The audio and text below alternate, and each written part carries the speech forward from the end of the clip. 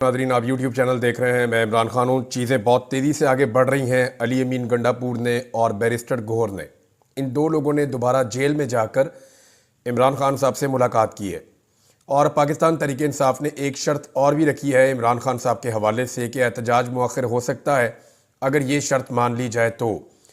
अच्छा, इमरान खान साहब ने एक दिन पहले ये खबर चली थी, अलीमा खान साहिबा ने इसको कन्फर्म भी किया था कि अली अमीन गंडापुर को और बैरिस्टर गौहर को इमरान खान साहब ने इजाज़त दी कि आप जाकर एस्टेब्लिशमेंट से बातचीत कर लें, या वो कोई नुमाइंदगान अगर आपके सामने रखते हैं तो आप उनके साथ बातचीत कर लें। और तीन सूरतें या तीन शराइत हमारी है, और अगर वो शराइत मान ली जाती हैं या कोई रास्ता निकलता है तो मुज़ाकरात के ज़रिए से आगे बढ़ने में कोई कबाहत नहीं है। तीन शराइत जो इमरान खान साहब ने दिए उनमें एक तो ये कि उनका मैंडेट वापस किया जाए, दूसरी शर्त उनकी ये है कि जो अदलिया के साथ किया गया 26वीं आईनी तरमीम में उसे वापस किया जाए, तीसरी जितने भी बेगुनाह कैदी हैं उन सबको रिहा किया जाए जिन्हें सियासी तौर पे निशाना बनाया जा रहा है। अब अली अमीन गंडापुर और बैरिस्टर गौहर जब इस मरतबा गए थे मुलाकात करने के लिए, तो याद रहे कि इससे पहले जब वो मुलाकात करने जाते थे तो मुलाकातें नहीं करवाई जाती थी। ये थोड़े दिन पहले की बात है, जब अली अमीन गंडापुर साहब इमरान खान साहब से मिलना चाह रहे थे तो बाकायदा उन्हें हाई कोर्ट से रुजू करना पड़ा। अदालत से परमिशन लेकर उन्होंने जाकर इमरान खान साहब से मुलाकात की थी। वैसे मुलाकात हो ही नहीं रही थी, लेकिन अब ऐसा हो रहा है कि 2 दिनों में 2 लगातार मुलाकातें करवाई गई हैं और मुलाकातों का टाइम भी नहीं देखा गया। ये भी नहीं देखा गया कि आज मुलाकात का दिन है या नहीं है, और ये भी नहीं देखा गया कि मुलाकात कितनी देर तक होती है, यानी किसी किस्म की रुकावट नहीं थी। तो मतलब ये है कि वाकई में एस्टेब्लिशमेंट ने अली अमीन गंडापुर को एंगेज किया है और वो गंडापुर के ज़रिए से इस एहतजाज को ख़त्म करवाना चाहते हैं। इमरान खान साहब तक जब कुछ चीज़ें पहुंचाई गई, यानी जो ऑफ़र्स आई थी वो इमरान खान साहब को दी गई, जनाब ये चीज़ें हो जाएंगी, तो जो मेरी इत्तला है उसके मुताबिक तो ये है कि इमरान खान साहब ने जो डेडलाइन है उसको बढ़ाने से इनकार कर दिया है।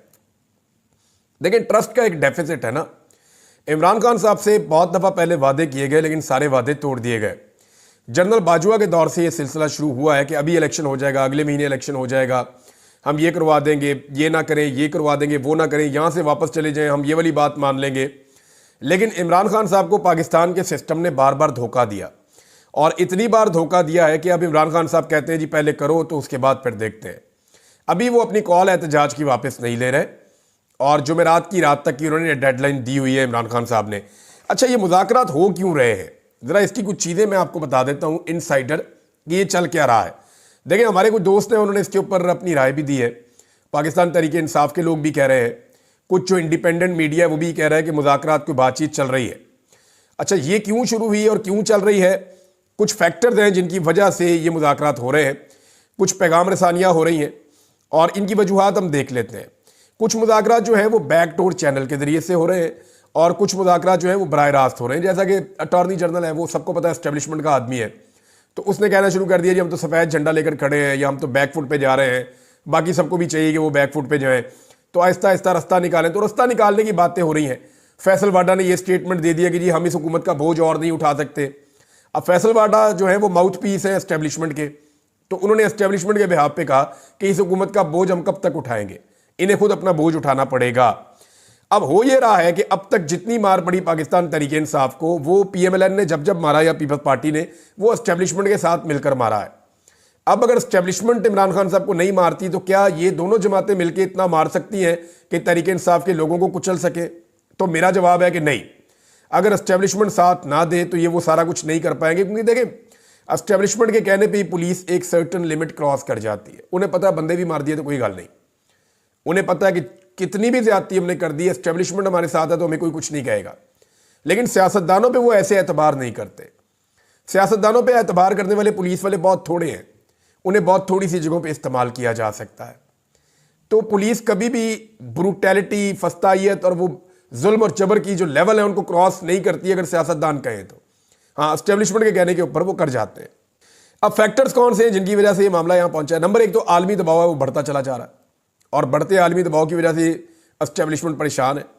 यानी मैं आपको बता रहा था ना कि कनाडा से मजीद अभी 5 पटिशन आएंगी, तो उनमें से 2 जो है वो बिल्स आ गए हैं, और उनकी तफसीलात जो है वो अब हर तरफ आ गई है। मैं उसकी मजीद तफसील आपको क्या बताऊँ, लेकिन इसमें एक अली साहब हैं उन्होंने, और एक ताबिश साहब हैं, गालिबन उनका नाम है, और 2-3 और लोग हैं, इन्होंने बड़ा किरदार अदा किया है। और लगातार ये बरतानिया के अंदर जो ओवरसीज पाकिस्तानी है, बरतानिया में भी और कनाडा में भी, इवन अमेरिका में भी, बल्कि अब तो हर मुल्क के अंदर, ये भी मैं आपको एक तफसील बताऊंगा, एक बहुत बड़ी खबर आई है मेरे पास। लेकिन हर तरफ जो है वो पाकिस्तानियों ने बड़ा रोल प्ले किया है। तफसीलात मैं आपको इसकी बाद में बताऊंगा, लेकिन अभी अपनी खबर पे वापस आते हैं। अच्छा जी, अमरीकी आशीर्वाद से बैरूमी का वक्त भी आ गया है, ये भी एक बड़ा फैक्टर है, क्योंकि जो अमेरिका में रजीम मौजूद था जो बाइडन का, वो इमरान खान को मारने के या पाकिस्तान तरीके इंसाफ के ऊपर जुल्म और जबर करने पे बिल्कुल खामोश था और उनकी रजामंदी थी उनकी। तो पाकिस्तान में एस्टेब्लिशमेंट ने और पीडीएम ने जो चाहा वो कर दिया, लेकिन अब ट्रंप की जीत से ना वहाँ पे फ़र्क पड़ गया है। फिर बरतानवी वज़ीर ख़ारजा का खत है, अमरीकी सेनेटर्स का खत है, अक़वाम मुत्तहिदा से बार बार आवाज़ें आ रही हैं। ये सारी चीज़ें जब आप मिलाकर देखते हैं तो इसका मतलब ये है कि एस्टेब्लिशमेंट अब इसका बोझ और नहीं उठाना चाहती। फिर सारा कुछ तो करके देख लिया है, जुल्म करके देख लिया, हर किस्म के हथकंडे अपना कर देख लिए, पैसे मांग के देख लिए, मुल्कों के चक्कर लगा लिए, पूरा जोर लगाकर देख लिया, हर किस्म की सहूलतकारी की गई है, लेकिन मईशत ठीक नहीं हुई और ना ही मुल्क के हालात बेहतर हो रहे हैं। तो इनकी कैपेसिटी नहीं है जिनको लाकर हुकूमत में बैठाया गया है। एक फैक्टर ये भी है। एक और फैक्टर है कि हुकूमत और एस्टेब्लिशमेंट की बदनामी में हर गुजरते दिन के साथ इजाफा हो रहा है।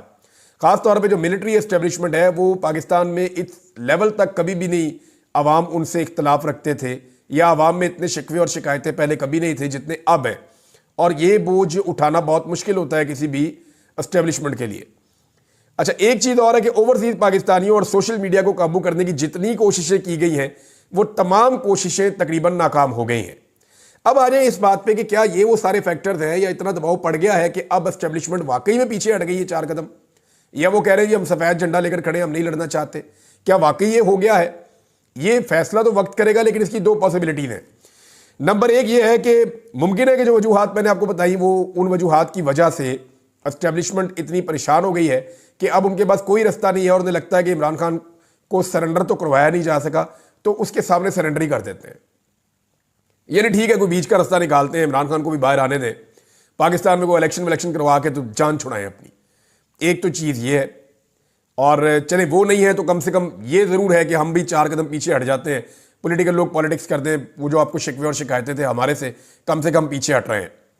इमरान खान से हम मजीद नहीं लड़ना चाहते, या पाकिस्तान के लोगों से हम मजीद नहीं लड़ना चाहते। एक तो पॉसिबिलिटी ये है। अच्छा, दूसरा मैं आपको बताऊं, ये जो रीज़न है ये मेरे दिल को लगता है वो ये है कि तहरीके इंसाफ के एहतजाज से फिलहाल किसी तरह जान छुड़ा ली जाए। यानी अब तहरीके इंसाफ से बड़े लंबे अरसे से लड़ रहे हैं, तो पाकिस्तान की एस्टेब्लिशमेंट ने भी बहुत कुछ सीख लिया है। उन्हें इस बात का आइडिया हो गया है कि लोग रद्द अमल के तौर पे निकलते हैं। लोगों को जब गुस्सा आता है, लोग ज्यादती होती देखते हैं, तो लोग ज़्यादा बड़ी तादाद में निकलते हैं। तो इसलिए उन्होंने रास्ता अपनाया कि जी इनको एंगेज करें, किसी तरह ये वाला टाइम गुजार दें। अगर ये महीना गुजर गया, आगे दिसंबर में फिर सर्दियाँ आ जाएगी। दिसंबर और जनवरी में आप किसी भी तहरीक को या एहतजाज को आप उस तरह नहीं देख सकते, लेकिन फिर ये मामला चला जाएगा कहाँ पे, फरवरी में चला जाएगा। तो 2-3 महीने एस्टेब्लिशमेंट गेन कर सकती है या इस हुकूमत को मिल सकते हैं। अब इस सारे झगड़े के दौरान एस्टेब्लिशमेंट ने जो कुछ भी सीखा है उसको अप्लाई किया जा रहा है कि चलो कोई एंगेजमेंट करते हैं, कोई माहौल बनाते हैं इस तरह का जिस माहौल में ज़रा थोड़ा सा पाकिस्तान तरीके इंसाफ का वर्कर रिलैक्स हो जाए। आम पाकिस्तानी को लगे कि जनाब इस हुकूमत से हमारी जान छूटने वाली है, ऐसे स्टेटमेंट भी दिलवाए जाएं लोगों से। तो ये भी एक माहौल बनाया जा रहा है, जैसे कि फैसल वाडा का स्टेटमेंट हो गया, जैसा कि स्टेटमेंट हो गया अटॉर्नी जनरल का हो गया और बाकी लोगों के। लेकिन इमरान खान साहब ने अब तक की इतलात के मुताबिक जो अपनी जुमेरात वाली डेडलाइन है उसको बरकरार रखा हुआ है और वो किसी सूरत भी इस डेडलाइन से पीछे नहीं हटना चाहते। एक खबर यह है कि पाकिस्तान तहरीके इंसाफ ने मशरूत कर दिया है कि जनाब ठीक है, हम एहतजाज मौखर करते हैं, फिलहाल आप इमरान खान साहब को खैबर पख्तूनख्वा शिफ्ट कर दें। यानी जो ज्यादती उनके साथ की जा रही है पंजाब में, जो जुल्म हो रहा है, ये बंद करवा दिया जाए, उन्हें खैबर पख्तूनख्वा में शिफ्ट कर दिया जाए। मुझे नहीं लगता ये मुतालबा माना जाएगा। लेकिन एक चीज़ हुई है आज की, एक बड़ी डेवलपमेंट, और वो बड़ी डेवलपमेंट ये है कि इमरान खान साहब की तोशाखाना वाले केस में जमानत हो गई है। ये तोशाखाना 2 केस था, यहां मजाक उड़ रहा है पूरे के पूरे निज़ाम इंसाफ का। यानी जज साहब ने तो यहां तक पूछा कि जनाब ये तोशाखाना में तोहफा कितने का लिया इमरान खान साहब ने? उतने का ही लिया है ना जितने पैसे बनते थे। यानी असल में तो असेसमेंट बनाने वाले का काम है। एक तोहफा है वो आ गया तोशाखाना के अंदर, मैंने पहले 10 बार आपको समझाया। एक तोहफा है वो आ गया तोशाखाना में, अब तोशाखाना में उसकी कीमत लगाई गई, वो जो कीमत लगाई सरकारी अफसर ने लगाई, उस कीमत के मुताबिक उसको खरीद लिया किसी ने, कोई भी खरीद सकता है, इमरान खान खरीद लिया, उनकी वाइफ ने खरीद लिया और किसी ने खरीद लिया। अब वो तोहफा चला गया उनके घर। मामला यह है कि कीमत लगाई किसने, उसकी असेसमेंट किसने की, वसूल किसने की, उसके ऊपर कोई एक्शन ही नहीं हो रहा। तो जब जज साहब ने पूछा कि जनाब कस्टम अफसरान के खिलाफ कोई कार्रवाई हुई, तो पता लगा कोई कार्रवाई नहीं हुई। और बड़े अजीबोगरीब किस्म के लतीफे हैं इस केस के अंदर। तो फारग हो गया जनाब ये भी केस, और इमरान खान साहब के दोनों मामलात में 10-10 लाख रुपए के मुचलकों पे जमानत हो गई और इसमें इमरान खान साहब को रिहा करने का हुक्म दे दिया गया। लेकिन इमरान खान साहब बदस्तूर अभी गिरफ्तार है। गिरफ्तारी की वजह जो है वो 2 शहरों में मुकदमात हैं। वैसे तो इमरान खान साहब पे शेखुपुरा में और फैसलाबाद में भी मुकदमात किए गए हैं, लेकिन लाहौर और रावलपिंडी के, इस्लामाबाद के जो मुकदमात हैं उनमें, खासतौर पर रावलपिंडी के, तो इमरान खान साहब को उनमें जो है वो अभी जेल में रखा गया है।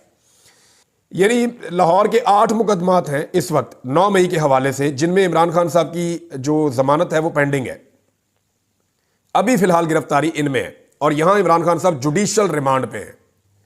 यानी अब एक साबिक वजीर आजम, जो कौमी हीरो भी है, जो आलमी लेवल का लीडर है और पाकिस्तान का सबसे बड़ा पॉलिटिकल लीडर है आज की तारीख का, वो फौजदारी मुकदमात में सिर्फ जुडिशियल रिमांड पे जेल में मौजूद है। यह भी एक लो लेवल है पाकिस्तान का, एक नया रिकॉर्ड पाकिस्तान में लग रहा है। बहरहाल फौजदारी मुकदमे में इमरान खान साहब अभी अंदर हैं। 8 केसेस हैं जहां पे उनकी जमानत दायर हो चुकी है। 30 नवंबर को लाहौर में इंसदाद दहशतगर्दी की अदालत में इसकी समाअत होगी और यहां पे अगर इमरान खान साहब को बेल मिलती है तो फिर उनको छूट जाना चाहिए, लेकिन अगर फिर गिरफ्तार रखना होगा तो फिर किसी और शहर के किसी मुकदमे के अंदर गिरफ्तारी डाल दी जाएगी।